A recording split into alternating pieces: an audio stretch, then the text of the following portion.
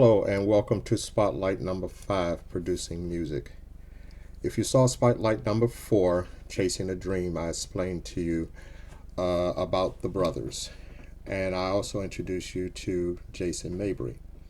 On this go around, I want to introduce you to another nephew. He too is attending college with a related major. When he's not concentrating on his studies, he is producing music that has appeared in both the Victorious Living Faith Ministries main YouTube channel as well as VLF Nation. Actually, the music for the spotlight that you're about to view, the opening and closing music is by him. May I introduce to you Garland Crosby III, or as you know him, HyperX. All righty. All right. So today we're here with Garland Crosby Jr. We call him DJ. The third, that's right, the third, the third. Though this is your first time seeing him, you know of him if you tune into our main YouTube channel and our VLF Nation channel. You know him from our interim video at the end of our broadcast, where we use, or he has allowed us to use his song Gravity, which a lot of people like the song as well as the footage. And this spotlight, his song Honesty is the clip from Honesty is our lead-in song, and Thunder's Darkest Skies is the last song, which fits very well. A lot of people have commented on that. So how are you this evening, nephew? I'm good. I'm good. I spent the whole Sunday cleaning up my house. And doing laundry. So I've done the basics in life. Good, So. good. So we're going to go through a series of questions, not to hold you long, but I think it would be a not human interest per se, but a lighter take on some of the things that we've been doing. And just to let you know, and I let everybody know, my camera is here between my two screens, two 24-inch screens, but I'm looking at us over on here. All right, so my first question is, I remember your dad calling me up and telling me about what you were doing in making music and beats and such. So I guess my first question is, what or who put you on this path of producing music? My dad. This was probably 9 years as of Christmas. 9 years ago, he purchased the software used to make music, FL Studio. He purchased it because I wanted to make music after watching it. Sorry. No problem. After I watched the Disney movie called Home, it was with Rihanna. She was the main lead. I heard a song in there by this artist named Black Coffee. First thing I said when I heard that song, I was like, I want to make music like that. This was like 9 years ago. I want to make music like that. And my dad purchased FL Studio that Christmas. And since then, I've just been making music and enjoying it. Okay, so this is off of the questions that I have there. But when you started out, was your I won't say it's a goal because the goals are different, but right then when you got FL Studio? Yes. FL Studio. And I looked at one of your videos, and that was the first time I had heard of FL Studio.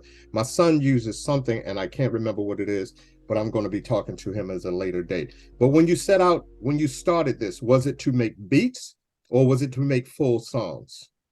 It was to make full songs. I love like house music, so I wanted to make house music. And that's been my primary thing since starting, honestly, just making house music, stuff to dance to. I believe, yeah, I've had my song played by a few DJs before, so like house DJs. So that's pretty much my goal, make house music. And that influence is good. Me being a DJ back in the day myself, but we only had two turntables and a microphone, as the old song says. Things are done in an environment now where you, the producer, can produce an entire song sitting at your desk or your office and such. Yeah. but it's good to hear that you embraced it. And though your music tends to go toward the house thing, I've been able to pull some clips of it and make it, fit in the projects that I was on. And again, I appreciate you letting us use that. Oh yeah. And so with that, when you're creating your songs, when you're creating your music, where does the inspiration come when you create? Is it a mood? Is it a feeling? Is it something that you see? Where does the inspiration come from when you start creating your songs? There's certain songs if you want. Ooh. I guess okay, for Gravity, I sort of just wanted something that was cool. To be honest, I started off, the first thing was that guitar sound, and then I sort of structured everything around that. And the way I make my songs, I ideally think that somebody's gonna sing or rap over top of them. It doesn't usually end up happening, but that's what I kind of make it in mind with. Thunder's Darkest Sky. It's funny, I named that song after like some small labels I used to release my music on. There's 3 different labels that I released it on. I just put all their names into this one song. The inspiration for that sort of was just to relax. Just a relaxed, calm song. But overall, most of the time when I make music, I usually pull up a picture from this website that has a bunch of nice stock images called Pexels. And I find one that that's kind of matching the mood or something that just catches my eye. And sometimes I'll look at the picture and then just make a song around what that picture looks like. Or sometimes I found if I have trouble sleeping, I usually end up making really good music, which I think is kind of funny. Wow. It's like I can't go to sleep until I make a good song or just start a song. And you're speaking of the imagery, because I've looked at some, and I think it's Night. Is it Night that has that cool one with the mask? Yes, it is. And that's a stock image? That I had a friend make Photoshop that. Okay. So, but I was looking at a bunch of bust of concrete faces and stuff. That was the inspiration for that, the cover art. Yeah, I looked at the art on that, and that was really good. All right, so my third question, and my questions are here so I don't forget them. I see that you don't limit what's on your YouTube channel to just music, because I've seen that you branched off into some tutorials or live videos, and you don't see that much. Usually they just put their music out there. So what's that? Where did that come from?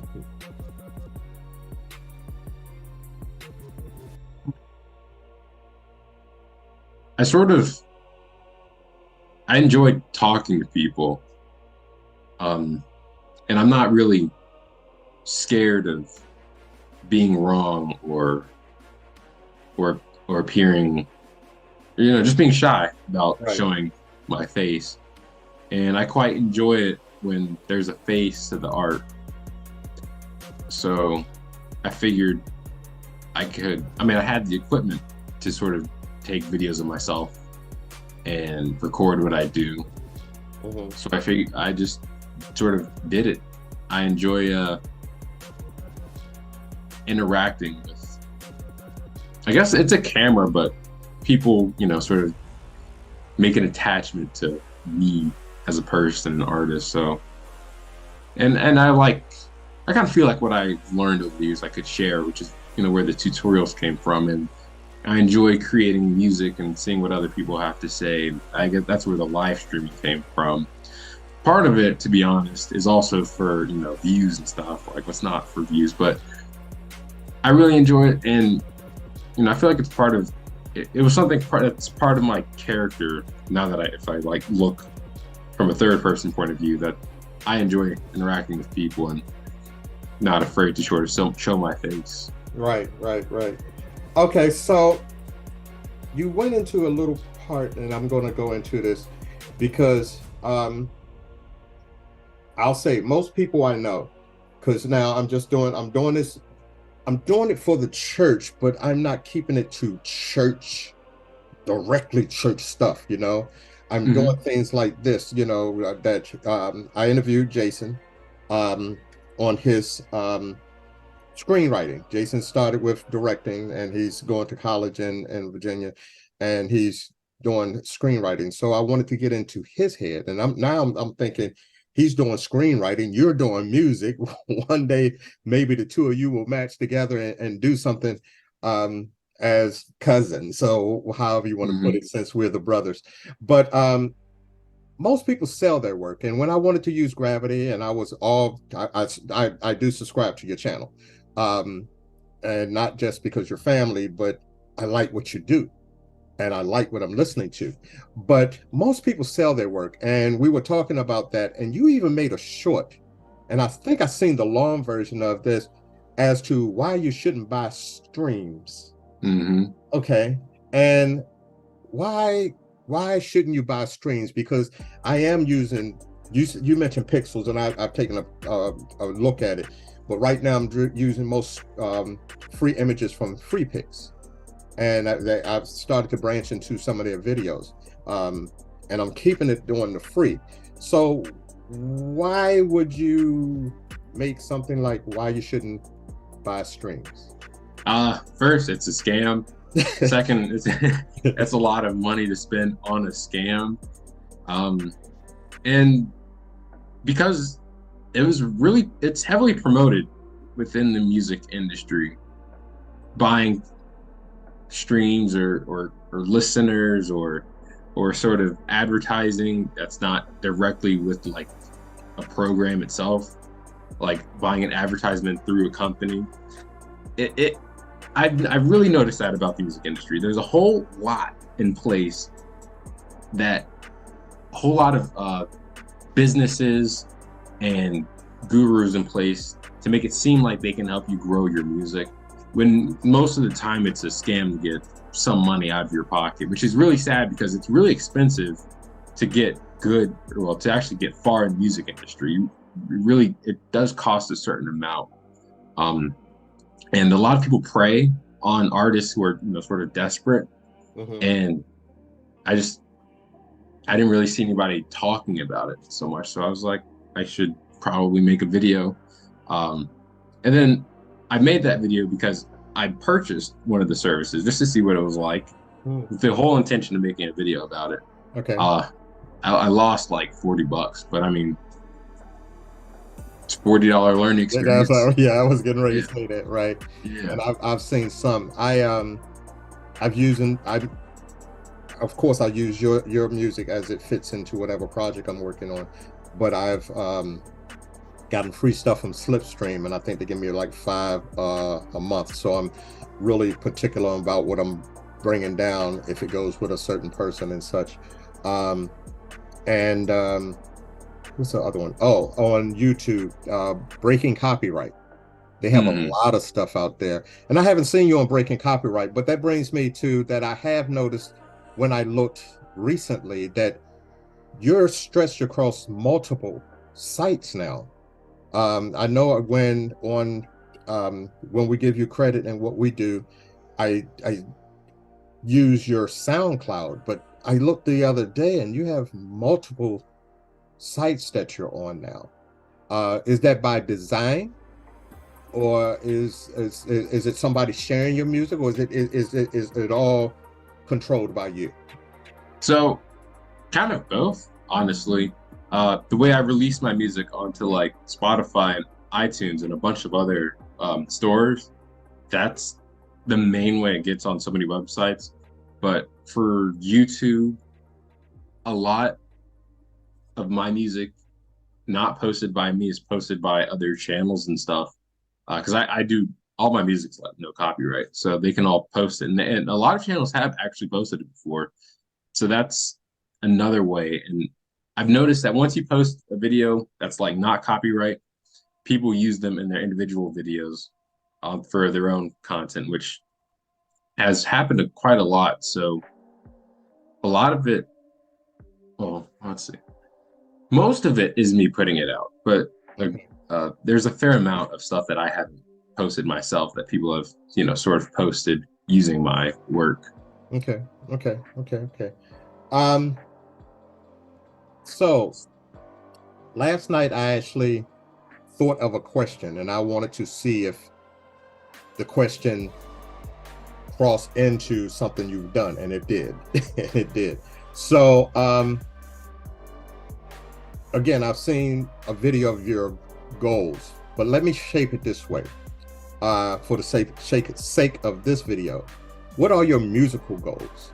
Because I've seen you, it is said HyperX is the producer, and I think I might have said that is your producer name, HyperX. Um, producer from Maryland. His goal is to produce for every artist who wants to work with him. So, what are your musical goals?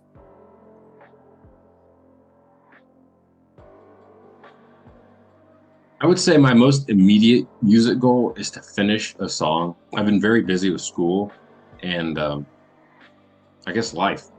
I haven't been able to spend as much time on music or find a sort of passion for music that I feel like I used to have. Um, and then I'd like to learn the guitar. I have a guitar that Yeah, I remember uh, I saw that in one of your videos. yeah, yeah, I would love to learn how to play that actually instead of. Well, I mean, I use it, but I would like to learn how to actually play that guitar because I love songs with guitars in them, and I want to use the guitar in my songs. Right. So though I seen you hold the guitar and you were talking about, so the guitar chords are all created within the software and the laptop and such. Yeah, for my music, yeah. Okay. Except I have used the guitar for the score, but I detuned it and sort of made weird sounds with it that were used in the a student film actually. Mm. Now, earlier on, when you started talking, and again, um, with the goal of producing, like you say, every artist that'll work with you, and I seen that even for Gravity, I saw that you had an artist, come in to rap over Gravity, and I noticed that you had three or four with Bella Bailey. Is she Hmm. local? Uh, kind of. She's from Virginia, but she's going to school in the UK now. Okay. So yeah, So, and when you're doing your collaboration with artists, are you creating for that collaboration, or you're just using existing material and working with them to add their vocals onto existing material? I have done both. I have made songs with that I already have the sort of intention with and gave it to artists and told them my intentions with it. Uh, and they've delivered like pretty really good stuff.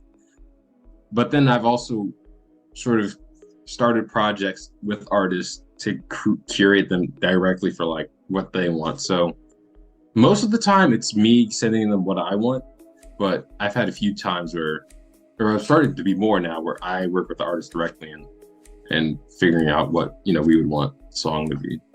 Okay.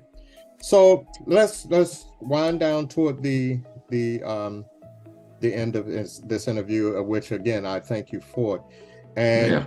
I usually try to at the end give a more um, personal to the person that I'm speaking to, and not so much on the subject matter of the interview. So, but I am curious with what you're doing with as HyperX. What is your major now in school? Electronic media and film. So like pretty close to what Jason does probably. Wow, wow, that is good. That is good. All right, so um, I guess, and I have to ask because you brought them up in the beginning, and Jason did as well. Uh, how how much has your dad influenced you, the third? You know, how much not so much the music thing, but how much has your dad influenced you? My brother and I joke that after living a good about just a little bit of life outside of our parents' house, that our dad has never told a lie. So everything that he told us, we're starting to realize is, oh, yeah, he was right about that. He was being annoying, but yeah, he was right about that. I mean, everything. Oh, yeah, pretty much everything. From like doing the dishes. I live on my own now. I do the dishes every day. I don't think I would do the dishes, if my dad or my mom probably didn't tell me to do that. Cleaning my room. He always said, don't let your room look like a pigsty. Our room doesn't look like a pigsty. What else has he taught me? He's really, yeah. I mean, I don't. There's a whole lot he's taught me. Yeah. The biggest thing is he wasn't wrong. So I trust his. I'm trusting him. I trust him a lot more now than I did. I think we all want the best for you guys, and as I said it with Jason, we got some great kids. We had some great kids, and I think everybody's kids are in a good thing. None of them are working for the agency that, and I don't know if me and G has actually talked about but I actually wanted Alex to work for the agency, but now I'm glad that he didn't, because he is probably in a much better shape financially, mentally, emotionally. He's in a good place. So we'll end by saying, if you were talking, if this entire audience, which I can't say it won't, but it will. If you were talking to somebody as a closing, if you're talking to somebody in your own age group, what would you say to them? As a closing, Well,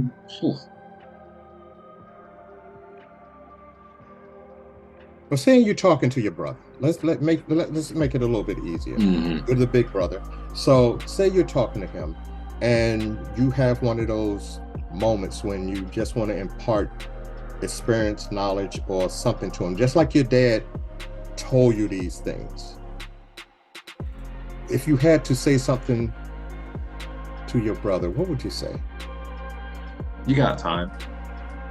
You have time. It takes a very long time for some things. Okay. But I would tell him